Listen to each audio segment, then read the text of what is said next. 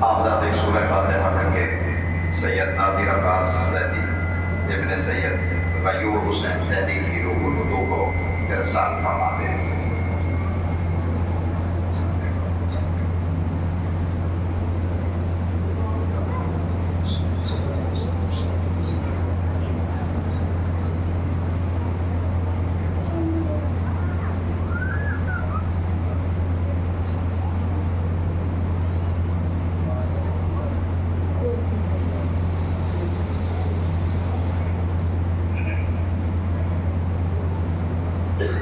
اعوذ باللہ من الشیطان اللعین الرجیم، بسم اللہ الرحمن الرحیم، الحمدللہ رب العالمین، الصلاة والسلام وتحیۃ والاکرام علی النبی المکی المدنی القرشی الہاشمی الابتہی مولانا و مولا الثقلین جد الحسن والحسین ابی القاسم محمد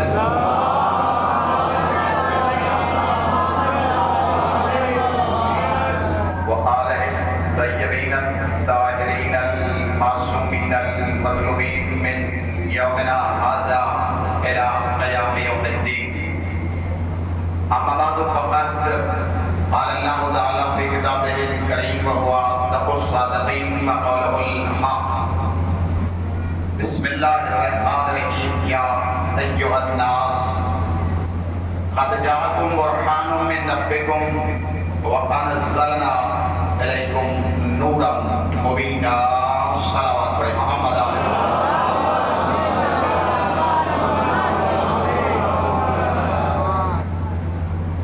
خالق کائنات اپنے کرم کے بادلوں کو بلا تفریق مذہب و ملت و مسلک کے لیے رفع عام کرنے والا اپنی لاسانی و لافانی کتاب میں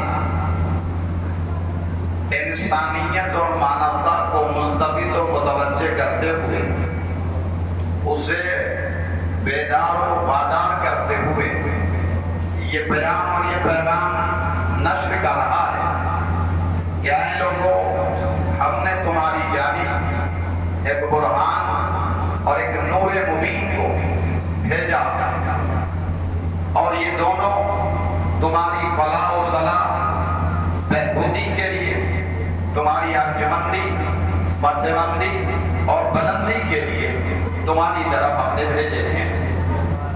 ان دونوں کا کام یہ ہے کہ تاریکیوں میں ٹھوکریں کھانے والی انسانیت کو ظلمت سے نکال کر وادی نور میں لائے اور صراط مستقیم پر گامزن کر کے اس کو اس جادہ نجات سے وابستہ کر دے کہ جو مقصد حیات کی تکمیل کرتا ہے اور عبادت کے مقصد کو پورا کرتا ہے اور بندگی کو زندگی عطا کرتا ہے اور زندگی کو رخشندگی اور رخشندگی کو تابندگی بخش دیتا ہے۔ ایک سلام پڑھیں محمد آل محمد۔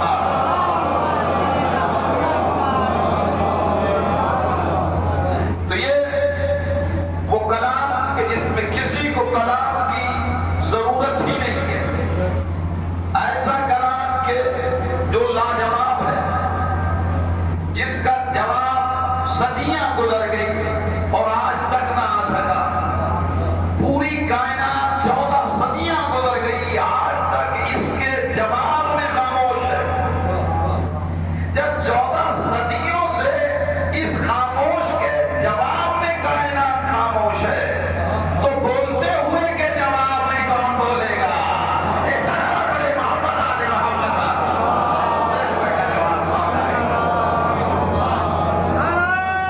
تکبیر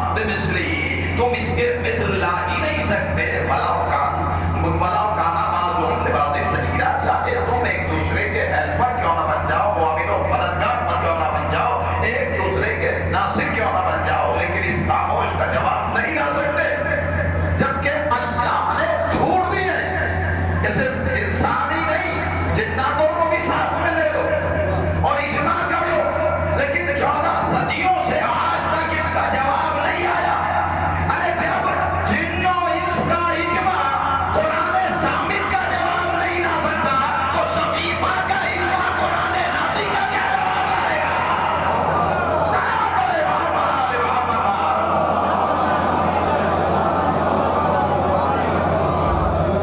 لاؤ جواب اگر ہمت ہو تو۔ جواب نہ آنا اس بات کی دلیل ہے کہ یہ کل بھی لاجواب تھا، آج بھی لاجواب ہے۔ پھر اس نے اپنی بات کو سمیٹا، سورہ قیامت کا بار تعالیٰ پہلی آیت میں کہتا ہے باتوں میں سپر کسلی مبتریات، ٹھیک ہے 114 کی بات نہیں کرتا، 10 سوروں کا جواب لے آؤ، 10 کا لے آؤ، لیکن 10 کا بھی نہیں آیا۔ اپنی بات کو پھر اس نے سمیٹا، سورہ بقرہ قرآن مجید کا دوسرا سورہ پہلا پارہ 23 آیت میں کنتم فی ریب مما نزلنا علی عبدنا فاتوا بسورۃ من مثلہ وادعوا شہداءکم من دون اللہ ان کنتم صادقین۔ ان کنتم فی ریب، اگر تمہیں ریب میں شک ہے، اس کلام میں بلاغت الہیہ میں شک ہے، تو فاتوا بسورۃ من مثلہ، اس کے مثل ایک سورت بنا لاؤ، ایک سورت اس کی سورت کی طریقے سے بنا لاؤ۔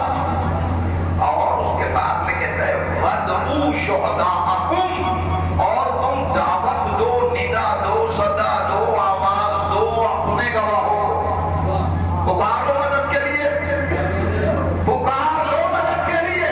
کس سے کہہ رہا؟ بے دینوں سے، شک کرنے والوں سے کہہ رہا ہے کہ تم جسے چاہو وہ پکار لو مدد کے لیے۔ تو جو اللہ کا کافروں کو مدد کے لیے پکارنے کی چھوٹ دے تو کیا مومنوں کو چھوٹ نہ دے گا کہ جب ٹھوکر لگے تو اپنے والے کو پکارے؟ ذرا کرے محمد محمد۔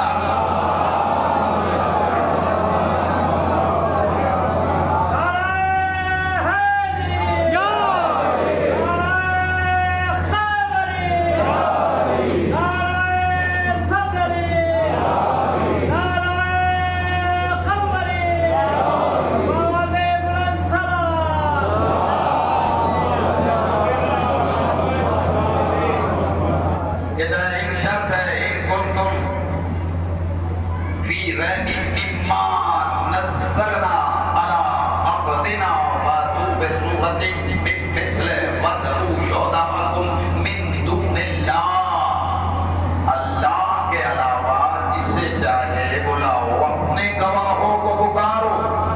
کافر اپنے گواہوں کو پکارے تو یہ سنت ہے، ہم نبیوں کے نبی کے گواہ کو پکارے،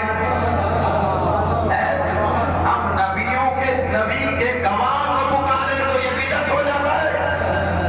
اب کچھ ذہنوں تک یہ کلمہ نہ پہنچ پایا، گواہ رسول کا، اور رسول نہیں سارے رسولوں کا، اس لیے کہ سارے رسولوں کی رسالت رکی ہوئی ہے گواہی رسالت پر، اور رسالت کی رسالت باقی ہے گواہی علی ولی اللہ پر۔ اگر وَإِن لَمْ تَفْعَلْ فَمَا بَلَّغْتَ رِسَالَتَهُ، اگر یہ کر کے نہ دکھایا تو پھر کار رسالت انجام نہیں دیا ہے۔ تو اب اللہ کہہ رہا ہے کہ ایک سورت کا جواب لاؤ، نہ 114 کا، نہ 10 کا، نہ 1 کا۔ اللہ کہتا ہے لاؤ جواب، لیکن ایک کا بھی جواب نہیں آیا۔ ایک کا جواب نہ آنا اس بات کی دلیل ہے کہ یہ اگر بندوں کا کلام ہوتا تو جواب آ جاتا، کیونکہ خالق کا کلام ہے اور اس کلام میں کسی کو کلام کی ضرورت ہی نہیں ہے۔ یہ ایسا بے مثل و بے نظیر ہے کہ جس کی نظیر کائنات میں ملتی ہی نہیں ہے، اس لیے کہ اللہ نے اس سے پہلے بھی تو کتابیں نازل کی ہے، زبور ہے،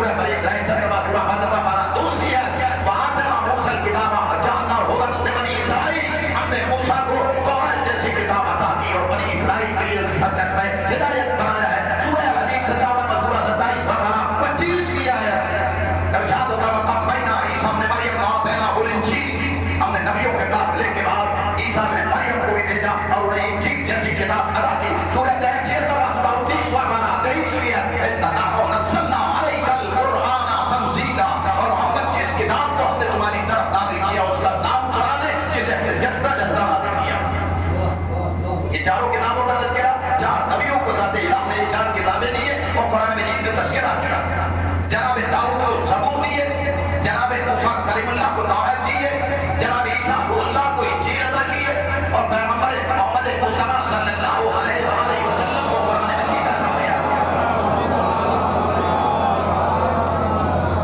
لیکن جب بات آئی زبور کی داؤد تمہیں زبور چاہیے کہاں پانے والے کا گھر بیٹھے نہیں ملے گی دریا پہ آنا پڑے گا داؤد زبور لینے کے لیے کہاں گئے دریا پہ موسیٰ توراۃ چاہیے گھر بیٹھے نہیں ملے گی کوہ طور پہ آؤ موسیٰ کوہ طور پہ آؤ اگر کتاب لینی ہے توراۃ عیسیٰ انجیل لینی ہے لہذا پہاڑ پہ آؤ کوہ زیتون پہ آؤ پیغمبر قرآن لینا ہے تمہیں کہیں جانے کی ضرورت نہیں ہے دیکھ کر آپ اور کریں گے تمہیں کہیں جانے کی ضرورت نہیں ہے تم گھر میں ہوگے تو قرآن گھر میں آئے گا تم مسجد میں ہوگے قرآن مسجد میں آئے گا تم خیبر میں ہوگے قرآن خیبر میں آئے گا تم خندق میں ہوگے قرآن خندق میں آئے گا تم بدر میں ہوگے قرآن بدر میں آئے گا تم احد میں ہوگے تو قرآن جنگ احد میں آئے گا تم غار میں ہوگے قرآن غار میں آئے گا تم غدیر کے میدان میں ہوگے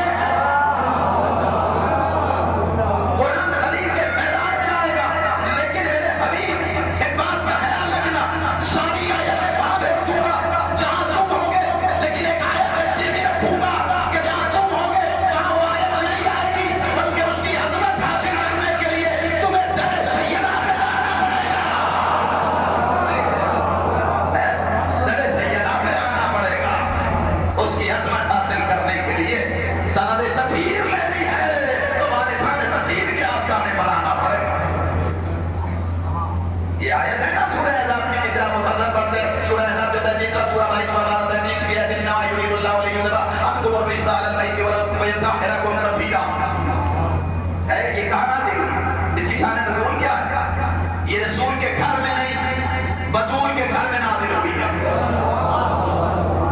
جہاں رسول پہ وہاں نہیں آئی بلکہ رسول کو خود اس کی عظمت حاصل کرنے کے لیے در سیدہ پہ آنا پڑے گا عظمت سیدہ بتانے کے لیے اس آیہ بابی ہدایت کو ذات الہ نے منزل حضور اس وقت عطا کی کہ جب یہ پیغمبر زمان اور مکان سے خالی اس کی ذات ہے کہ وہ بھی ایک ایسا نور ہے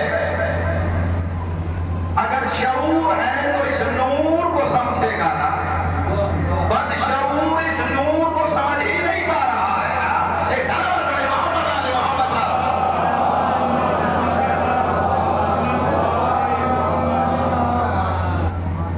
تو یہ پیغمبر اس آیت کی عظمت کو حاصل کرنے کے لیے در سیدہ عالمیہ پر پہنچے ہیں اور تب جا کے یہ آیت نازل ہوئی ہے تو قرآن مجید جناب سردار انبیاء ختمی مرتبہ کے لیے قرآن جہاں جہاں گئے وہی قرآن ہے لیکن اور نبیوں کے لیے تھا کہ نہیں کتاب اگر چاہیے تو ادھر اب سوال یہ پیدا ہوتا ہے کہ اللہ نے میں نے کل بتایا تھا کہ قرآن کا وزن کیا ہے وزن قرآن کیا کہ پہاڑ جو سخت ہے استقامت کی علامت ہے وہ اسے برداشت نہیں کر سکتے لیکن سینہ گنجینہ علم رسالت وہاں نے اس قرآن کے وزن کو برداشت کیا یہی تو وہ ذات ہے کہ قرآن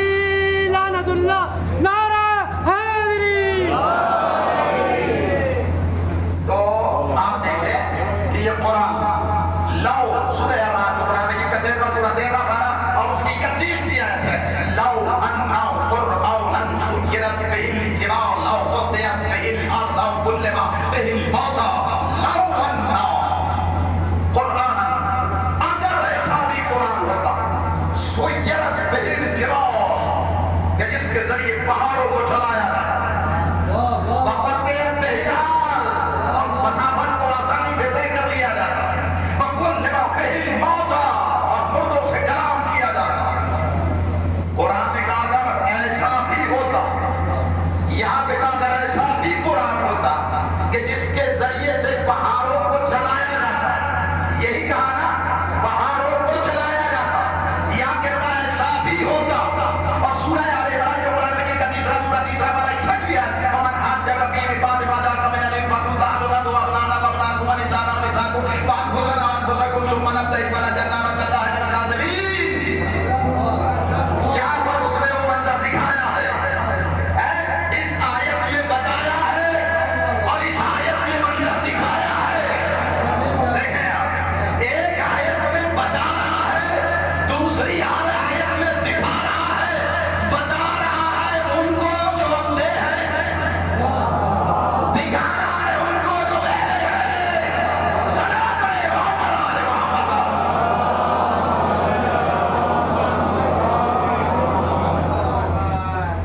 اب جب آیت آ گئی، دیکھیں قرآن کا ایک نام علم بھی ہے، علم بھی قرآن کا نام ہے۔ قرآن میں مختلف نام ہے قرآن پاک کے، ایک ہے علم۔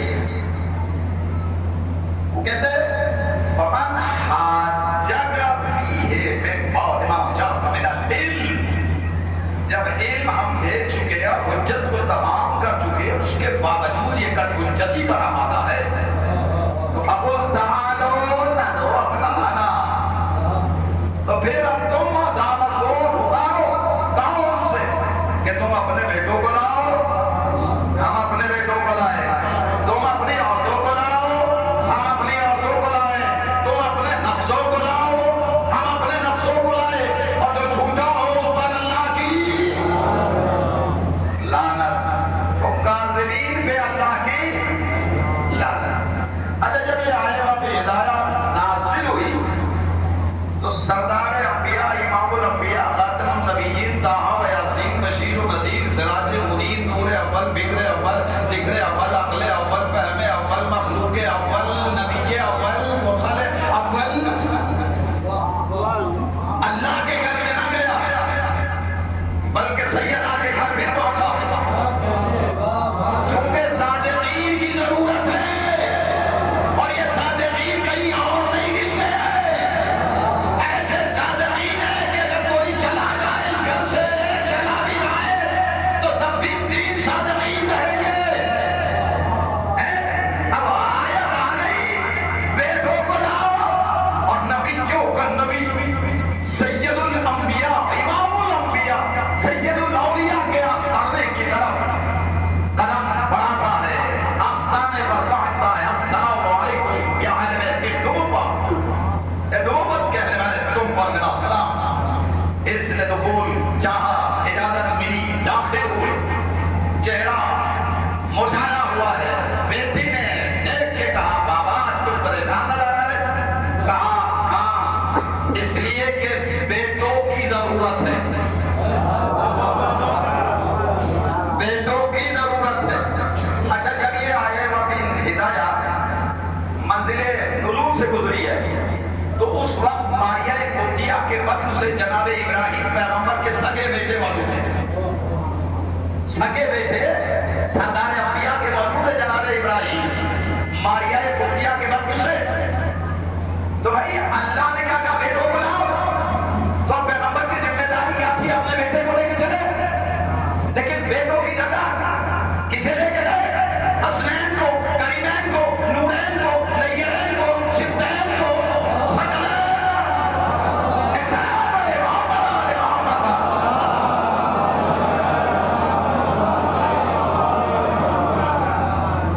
امامین کو لے کے چلے، دونوں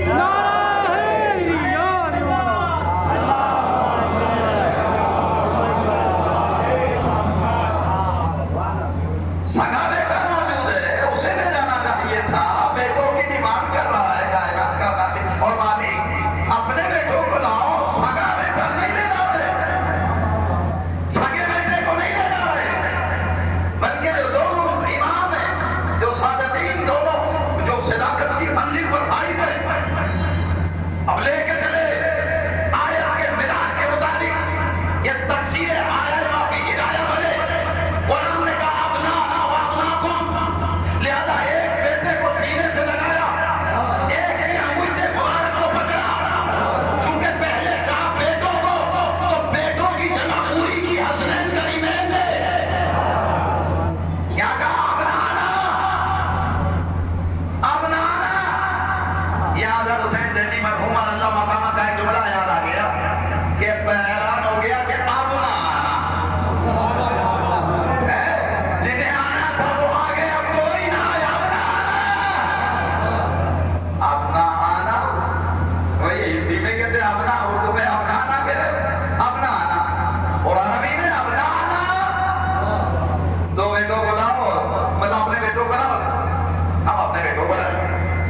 لہذا ایک گود میں آغوش رسالت میں، اور آغوش رسالت میں ایسے کہ جیسے رسولوں کا رسول حرز جواد گلے میں لٹکائے ہوئے، اور تعبیر نظر بد، کسی نظر بد کی نظر نہ لگ جائے، اس لیے تعبیر پہنا جاتا ہے. لہذا آپ حرز جواد کی طرح اپنی آغوش تمنا میں سمیٹے ہوئے سید الصابرین امام علی مقام شہنشاہ کربلا کو سینے سے لگا کے چلے، اور ایک بچے کی انگلی پکڑ کے چلے. انگلی پکڑ کے آپ بھی بچے کی چلتے ہیں. جب بچہ چھوٹا آپ کے ساتھ چل رہا ہو تو آپ کے قدم بچے کے قدموں کے سانچے میں ڈھلتے ہیں یا بچے کے قدم آپ کے قدم کے سانچے میں ڈھلتے ہیں؟ اب رسولوں کا رسول اور ساتھ میں چھوٹا سا بچہ انگلی پکڑ کے چل رہا ہے، تو اگر یہ رسول اپنے لحاظ سے قدم اٹھا رہے ہیں تو سلام حسن کی بچپن کی امامت کو، کہ بچپن کی امامت رسالت کے برابر چل رہی ہے. اور اگر رسول اپنے قدموں کو چھوٹا چھوٹا کر کے رکھ رہے ہیں تو پھر سلام اس امامت کو کہ جس کے قدموں کے سانچے میں رسالت اپنے قدم ڈال رہی ہے. اور پیچھے قوم ہے سیدۃ النساء العالمین، وہ کس کے قدم بقدم چل رہی ہے؟ رسالت کے قدم بقدم چلنے والی عصمت پوش بی بی، عصمت جس کا طواف کرتی ہے، امامت جس کی آغوش میں پروان چڑھتی ہے، رسالت جس کا احترام کرتی ہے، ولایت جس کے ہم پلہ نظر آتی ہے، عبادت جس کے آستانے سے پہچانی جاتی ہے، شرافت جس کی زندگی کا شعار بن جاتی ہے، سجدوں کی لذت جس کے دروازے سے میسر ہوتی ہے، عبادت کا طریقہ جس کے آستانے سے ملتا ہے، سخاوت جس کی بھیک بن جاتی ہے، شجاعت جن کا جوہر قرار پاتا ہے. اب چلی وہ ملکہ جنت، آگے رسالت، پیچھے ولایت، درمیان میں عصمت. اب یہ کمال عصمت ہے کہ ایک قدم اگر آگے بڑھائے تو رسالت کے برابر چلے. دیکھیں آپ، ایک قدم آگے بڑھائے تو رسالت کے برابر، اور ایک قدم پیچھے ہٹائے تو ولایت کے برابر. صلوات کرے محمد آل محمد. نعرہ حیدری، لبیک یا حسین، لبیک یا حسین، لبیک یا حسین، لبیک یا حسین، حیدری، حیدری. یا علی. اچھا، اب چلنے والوں کا جو طریقہ ہے، سب سے آگے اس صادقین کی جنگ میں نظر کون آ رہا ہے؟ سید الصابرین امام علی مقام کربلا کا شہنشاہ سب سے آگے. اب حسین کو پہچانیے، جو صداقت کی جنگ میں رسالت سے بھی آگے ہو، اسے حسین کہتے ہیں. انگلی تھامے ہوئے حسن سبز قبا چل رہے ہیں، اور پیچھے ملکہ جنت ہے، وہ جو ہر جنگ میں سب سے آگے تھا، وہ اس میں پیچھے چل رہا. اب اب شان کیا ہے؟ ایک پیغمبر ہے حسن حسین زہرا علی، ایک نبیوں کا سردار، دو اماموں کے سردار، ایک ولیوں کا سردار، ایک جنت کی عورتوں کی سردار۔ دیکھیں آپ کیا سرداروں کا معاملہ چل رہا ہے۔ ایک وہ جس کے سر پہ رسالت کا تاج، دو وہ جن کے سروں پہ امامت کا تاج، ایک وہ جس کے سر پہ ولایت کا تاج، ایک وہ جس کے سر پہ عصمت کا تاج۔ کیا شان ہے اس قافلے کی کہ سب کے سروں پہ تاج رکھے ہوئے، کسی کے سر پہ نبوت کا تاج، کسی کے سر پہ امامت کا تاج، کسی کے سر پہ ولایت کا تاج، کسی کے سر پہ عصمت کا تاج۔ اگر دو بادشاہوں نے ایک وقت میں تاج سر پہ رکھ لیا تو تلواروں نے فیصلے کیے، لیکن یہ عجیب شہنشاہ ہے، ایک وقت میں 5 تاج رکھے ہوئے ہیں، ایک کے سر پہ نبوت کا تاج، ایک کے سر پہ ولایت کا، دو کے سر پہ امامت کا، اور ایک ملک جنت عصمت کا تاج پہنے ہوئے۔ یہ قافلہ چل رہا ہے، اور جیسے ہی ان نصارائے نجران کے علماء نے دور سے دیکھا، لکھا تو یہ ہے کہ چہرے کو دیکھا، لیکن آپ یہ بتائیے کہ جب جبریل نے یہ 5 تن یکجا دیکھے، چادر میں ایک بار جو جمع ہوئے تھے نا، تو کیا کہا رب سے؟ یا رب من آزا تحت الکساء، یہ چادر کے نیچے کون ہے؟ فرشتہ محض نور ہے، اور یہ بھی نور والے۔ تو فرشتہ جب یہ 5 نور جمع ہوتے ہیں، تو جب یہ نور والا انہیں نہیں پہچانتا، تو یہ خاک والے کیا خاک پہچانیں گے؟ سلام کرے محمد علی محمد، پہچان پائیں گے۔ یا نعرہ خیبری، نعرہ صدری، نعرہ قمری، آواز بلند صلوات۔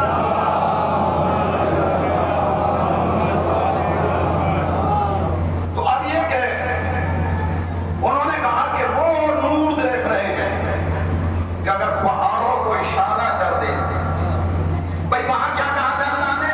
سورہ رات کی وہ آیت ذہن میں ہے، لو انا قرآن سجرت بہ الجبال، اگر ایسا بھی قرآن ہوتا کہ جس کے ذریعے پہاڑ چھڑائے جاتے۔ یہ کیا کہہ رہے ہیں نصارے نجران؟ ایسے انوار دیکھ رہے ہیں، اشارہ پہاڑ کو کر دے تو پہاڑ اپنی جگہ چھوڑ دے۔ دیکھیے پہاڑوں پر دوڑنے والے اور ہیں، اور پہاڑوں کو اشارہ کر کے چلانے والے اور ہیں۔ سلام کرے محمد علی محمد، ایسے بھی۔ اچھا دوسری بات کیا بتائی؟ قطع بہ الارض، جس کے ذریعے سے مسافت کو آسانی سے طے کر دیا جاتا ہے۔ ایک واقعہ ہوا نبی کے دور میں، سورہ نمل پڑھتے ہیں نا، 27واں سورہ 19واں پارہ، اس کی آیت نمبر 37 38 39 40 مسلسل آیت ہے۔ جناب سلیمان پیغمبر نے اپنا دربار سجایا، اور جب دربار سج گیا، بشیر کبیر ضمیر فقیر امیر غریب سب بیٹھ گئے، اور دربار سج گیا، تو اب جناب سلیمان پیغمبر کہتے کیا ایھا الملأ ایھکم یاتینی بارجہا قبل ان یاتونی مسلمین، اے درباریوں تم میں کون ایسا ہے کہ جو بلقیس کا نام بلقیس سمیت اس کے مسلمان ہونے سے پہلے میرے دربار میں حاضر کرے؟ تم میں سے کوئی ہے ایسا؟ دربار سجا ہوا، اور سلیمان پیغمبر کہہ رہے ہیں یا ایھا الملأ ایھکم یاتینی بارجہا قبل ان یاتونی مسلمین، تم میں کوئی ہے ایسا کہ جو بلقیس کے مسلمان ہونے سے پہلے بلقیس سمیت اس کا نام میرے دربار میں حاضر کر دے؟ قال عفریت من الجن انا آتیک بہ قبل ان تقوم من مقامک وانہ علیہ لقوی امین۔ تو ایک ہیکل جن مضبوط قسم کا جن اٹھا، اور اس نے کہا میں لے کے آؤں گا۔ کتنی جلدی لاؤں گا کہ آپ کا دربار برخاست نہیں ہونے پائے گا، میں بلقیس کو تخت بلقیس سمیت آپ کے دربار میں حاضر کر دوں گا۔ وہ خاموش رہے۔ قال الذی عنده علم من الکتاب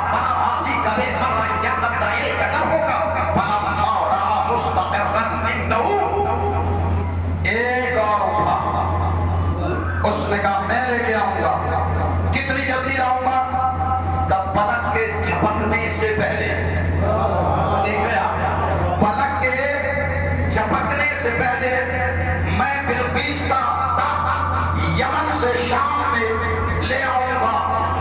800 مائل کے ڈسٹینس کو پلک کے جھپکنے سے پہلے میں طے کر دوں گا۔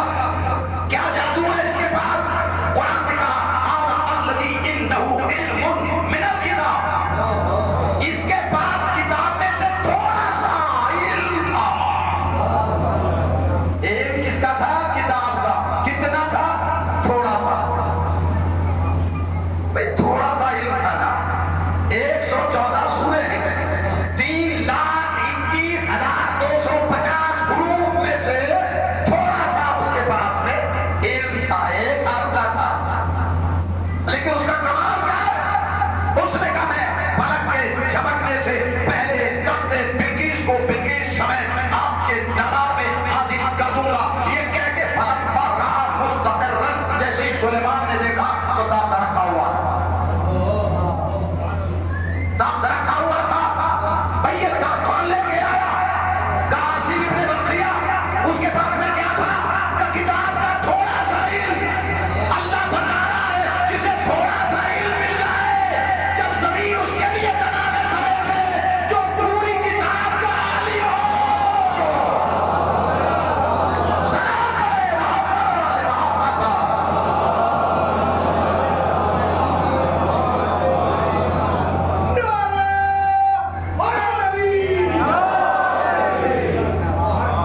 تو پوری کتاب کا یہ عالم ہو۔ یقول الذین کفروا لست مرسلا قل کفی باللہ شہیدا بینی وبینکم من عنده علم الکتاب۔ سنے نا جو قرآن مجید کا تیرا سورۃ بقرہ میں نام اس میں ہے، اللہ جل شانہ کیا کہتا ہے؟ یقول الذین کفروا لست مرسلا قل کفی باللہ شہیدا بینی وبینکم من عنده علم الکتاب۔ من عنده علم الکتاب، جس کے پاس پوری کتاب کا علم ہے، جسے ہم نے پوری کتاب کا علم دے دیا، تو جسے ذرا سا مل جائے تو وہ یمن سے شام تخت کو پلک جھپکنے سے پہلے حاضر کر دے۔ تو جس کے پاس پوری کتاب کا علم ہو تو وہ اگر مدینے سے خیبر میں ایک پل میں پہنچ جائے تو تعجب کرنے کی ضرورت تو نہیں ہے۔ جب تھوڑے سے علم کا کمال یہ ہے، تو جس کے پاس پورا علم ہو وہ جب چاہے ڈوبتے ہوئے سورج کو بن جائے، جب چاہے چمکتے ہوئے چاند کو دو ٹکڑوں میں تقسیم کر دے، جب چاہے ستارے کو بلا لے، اور جب چاہے ٹھوکر مار کے زمین سے خزانہ اگلوا لے۔ اس لیے کہ اس کے پاس میں علم ہے اور مکمل علم ہے۔ اس لیے کہ عیسیٰ علی میں یہی فرق ہے کہ عیسیٰ مردوں کو زندہ کرتے تھے، علم اللہ کہہ کے علی ٹھوکر مار کے کہتا تھا میرے حکم سے زندہ ہو جا۔ سلام علیہ محمد علیہ محمد۔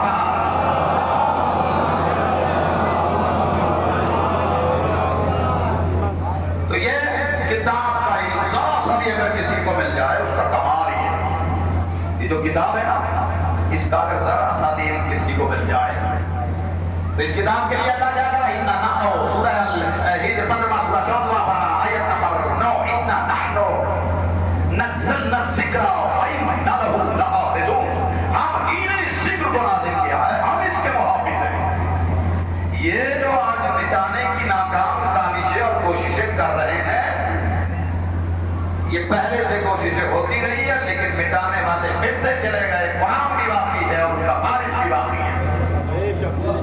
نہ قرآن مٹا سکے ہیں یا نہ وارث قرآن مٹا سکے، چونکہ آئے دن آپ سنتے ہیں کہ قرآن کی بے حرمتی کی جا رہی ہے، قرآن کو جو ہے وہ جلایا جا رہا ہے، کبھی سوڈان میں جلایا جا رہا ہے، اور ابھی آپ اس سے پہلے دیکھیں ڈنمارک میں جلایا گیا قرآن مجید۔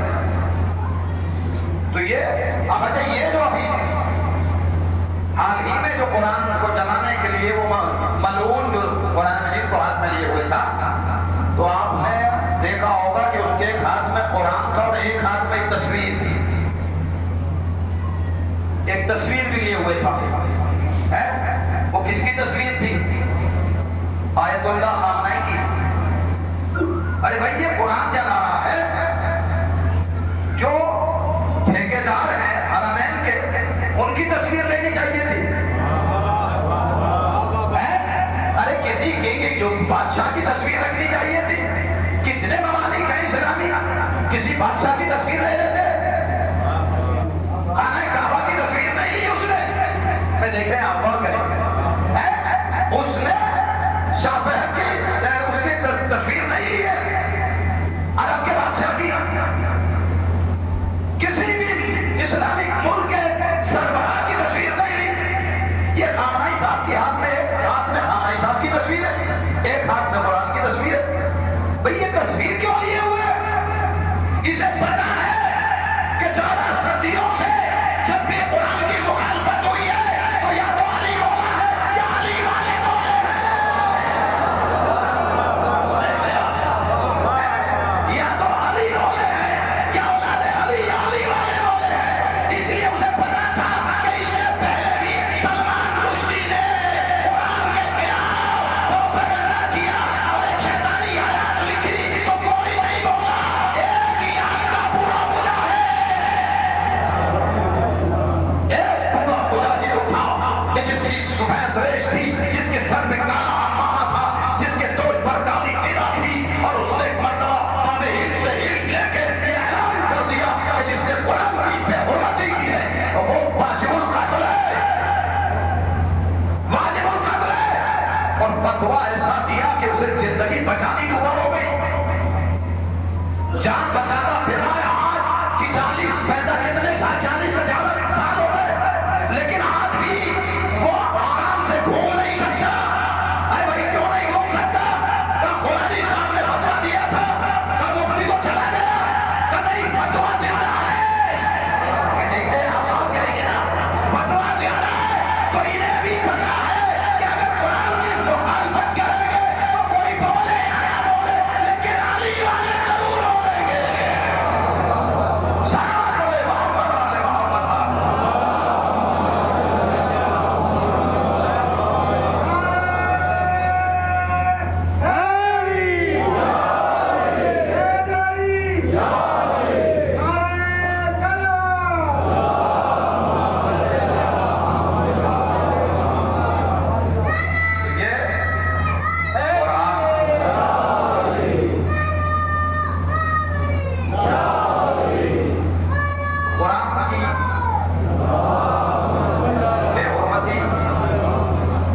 قرآن کے خلاف آواز بلند کرنا۔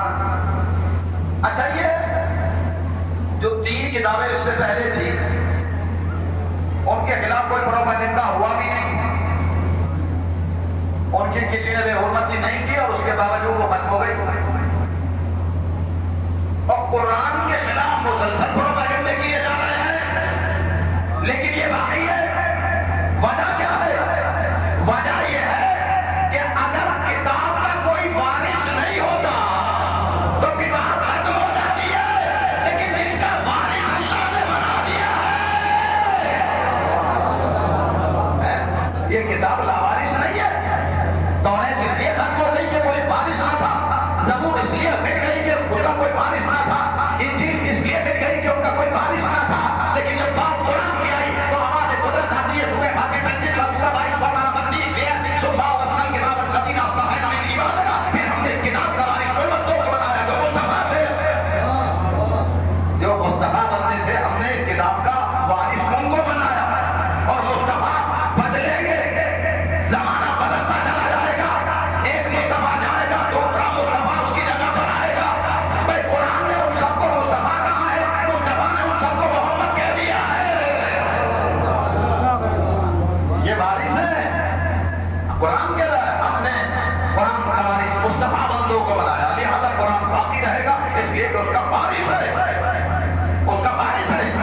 اچھا یہ صرف قرآن کے وارث نہیں ہے، خود محمد مصطفیٰ کے بھی وارث ہے، چونکہ اس دور میں بھی یہ بات ہوئی کہ نبی کریم کا وارث اصحاب ہیں یا اہل بیت ہیں۔ یہ سوال اس وقت بھی اٹھا تھا کہ نبی کے وارث اصحاب ہیں یا اہل بیت ہیں۔ دیکھیے وارث کا اگر زندگی میں نہ پتا چلا تو مرنے کے بعد پتا چل جاتا ہے، کیا کہنا ہمارے یہاں بھی ہندوستان میں اگر کوئی ایکسیڈنٹ ہو جائے تو ڈیڈ باڈی کے لیے بارش کا انتظار کیا جاتا ہے. بھئی یہ ڈیڈ باڈی کسے دی جائے گی کہ جو اس کا وارث ہوگا؟ کیا کہنا بھئی میت کسے دی جائے گی؟ جو وارث ہوگا. تو آج بھی یہ قانون ہے کہ میت وارث کو دی جاتی ہے. تو اب نبی کا وارث کون ہے؟ صحابہ ہے یا اہل بیت ہے؟ نبی کے مرنے کے بعد اگر میت کو غسل و کفن صحابہ دے رہے ہیں تو وارث صحابہ ہے. اگر اہل بیت دے رہے ہیں سلام پڑھے محمد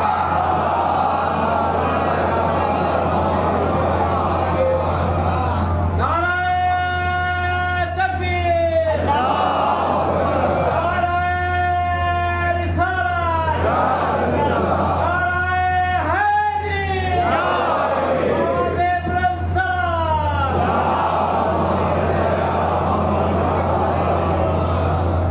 تو یہ وارث قرآن کا وارث قرآن اہل بیت ہے. وارث محمد اہل بیت ہے. اچھا دیکھیں یہ فتویٰ جاری ہوا تھا بانی پاکستان کا جب انتقال ہوا تو احتشام الحق اور علامہ مودودی جیسے علماء نے یہ فتویٰ دیا کہ جو بانی پاکستان کے جنازے میں شریک نہیں ہوئے وہ کافر ہے. میں تھوڑا سا بیدار ہو کے سن لیجیے، میں سمجھ رہا ہوں اپنی گفتگو. مجھے پتا بہت دیر سے آپ بیٹھے ہوئے ہیں، آپ بہت دیر سے عبادت میں مصروف ہیں، لیکن بس میں سمجھ رہا ہوں اپنی گفتگو کو، کیونکہ ہوتا ہے کیپیسٹی ہوتی ہے بیٹھنے کی اور تکان ہو جاتی ہے. لیکن کیا کہا جائے کہ یہ ذکر وہ ہے کہ یہ تھکنے نہیں دیتا. لا يسمع الانسان بدعاء الخیر، مومن خیر کے پکارنے سے تھکتا نہیں ہے. تو جب خیر والے نہیں تھکتے تو حیا علی خیر العمل والے کیسے تھک سکتے ہیں؟ ایک سلام بولے محمد آل محمد.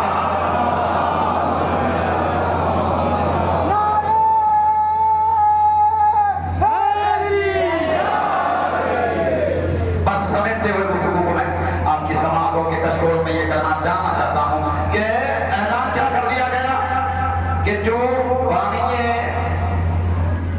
مملکت اسلامیہ کا جو بانی ہے، جس نے اسلامک حکومت کی فاؤنڈیشن رکھی ہے، اس کے جنازے میں جو شریک نہیں ہوئے وہ کافر ہے.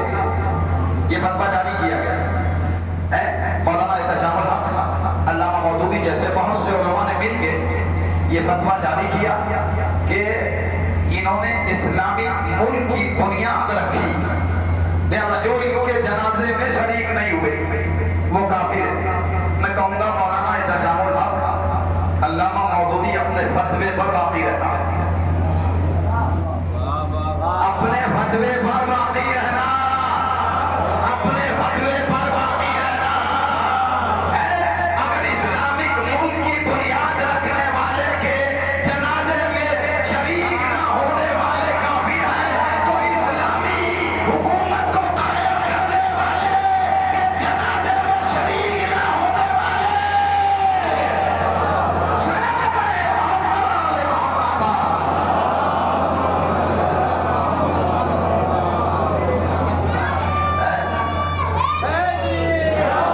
دیکھیں آپ، جب اسلامی مملکت کی بنیاد ڈالنے والے کے جنازے میں شریک نہ ہونے والے کافر ہیں تو اسلام کی بنیاد رکھنے والے کے جنازے میں شریک نہ ہونے والے